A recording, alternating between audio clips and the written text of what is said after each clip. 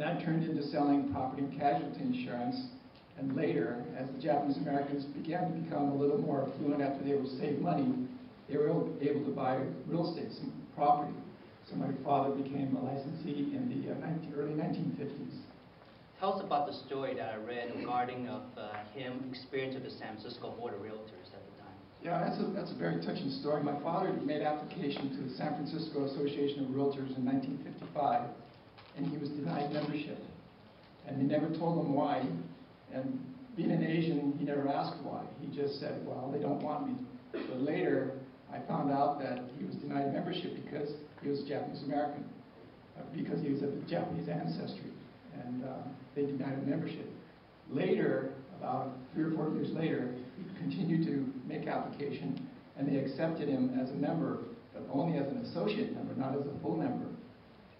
Now, what makes that really significant is that that happened in the 1950s.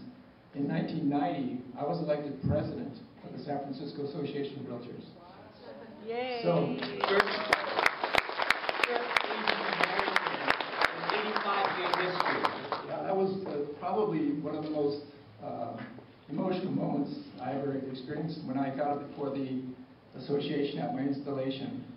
And I saw a sea of faces, but my father was sitting right at the table in front of me. And I recall that story, and the room was deathly silent. I mean, you could hear a pin drop. And I looked down at my father as I retold the story, and I couldn't even speak. I was just so emotionally tied up. But that was a very moving experience for me. Wow, that's great.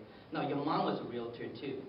And what was some of your memories regarding of her trying to show properties and bring clients? Share a little bit about that too. Well, we were living in Oakland, California at the time, and the kids were getting a little bit older, so my mom got her real estate license. And one day I was sick, and she went out to look at some open houses, and I was sitting in the car. She left the car, and within a matter of 30 seconds, a minute, she came back, and I could tell that she was visibly upset. And later on, as I got over, she recalled the story that as she walked up the stairs, she saw the curtains part. The lady in the house saw that it was an Asian lady coming up, and she just closed the curtain and didn't answer the door. So there were just small, insidious types of discrimination that my father faced, my mother faced, and even myself in 1965.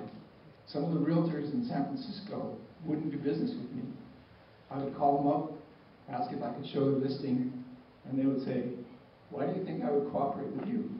It was, and then I was so young and dumb, I didn't even realize that they were doing that to me because I was Asian. But as I got older, I began to learn a little bit more. Yeah. So because of that, I think some of the experience you've gone through, you are like you get involved with NAR, the fair lending practice, and everything. Tell us a little bit about that, NAR. Well, I guess because I've been in business so long, they've asked me to join various organizations. I was the Equal Opportunity Chairperson of the California Association of Realtors. I was the Equal Opportunity Chair at the National Association of Realtors.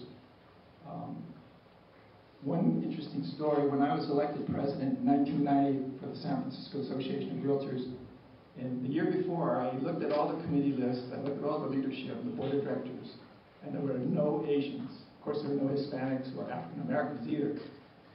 So I made it my goal during my year to see if I can pack board of directors and the committee chairs and membership of the committees with more Asians and minorities and females. So at the end of my term, I was able to bring in 4 Asian board of director members, and I was able to name about 3 or 4 committee chairs, African American, Hispanic, and Asian in the association. I don't know how many friends I made, but... Now, how did you get involved with ARIA? I mean, you helped found it along with, I believe, John Wong and a couple of other people. How did you decide to say, you know, this is what I want to start? Well, you know, it was really time. I had been in business for many years. A group of dedicated real estate practitioners met in Houston, Texas. Houston, Texas, of all places. They were bankers, title people, realtors, realtists, Hispanic real estate professionals. And we sat in that room for 2 days. We talking about the pros, the cons, the statistics. The 2000 census figures were out. We knew that the Asian population was growing. We knew that the number of sales by Asians, especially in San Francisco, were just skyrocketing. So we left that room saying, okay, we're going to start an organization. We didn't have a name, we didn't have any members, and we had no money, but we did have a dream.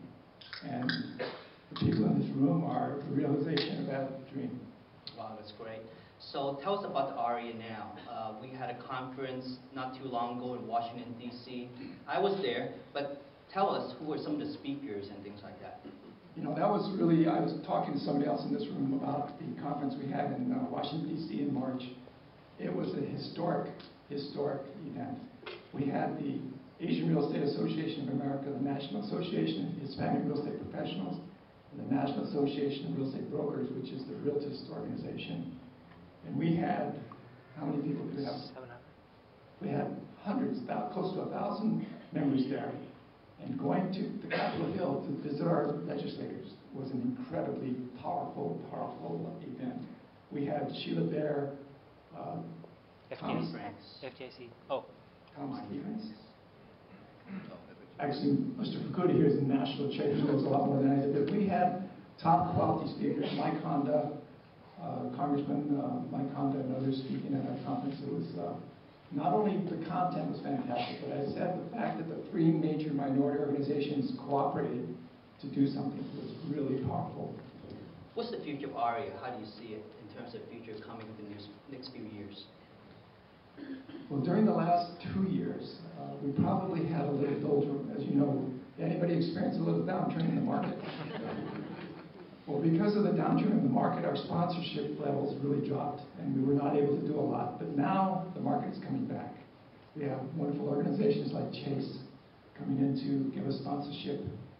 We're developing new chapters throughout the country. I think Mr. Fukuda could probably talk about how many more chapters we're going to start in the next few years. But the future is very bright and rosy, and like I said, this room is an example of it. Great. Thank you, Alan. Let's give Alan a big hand.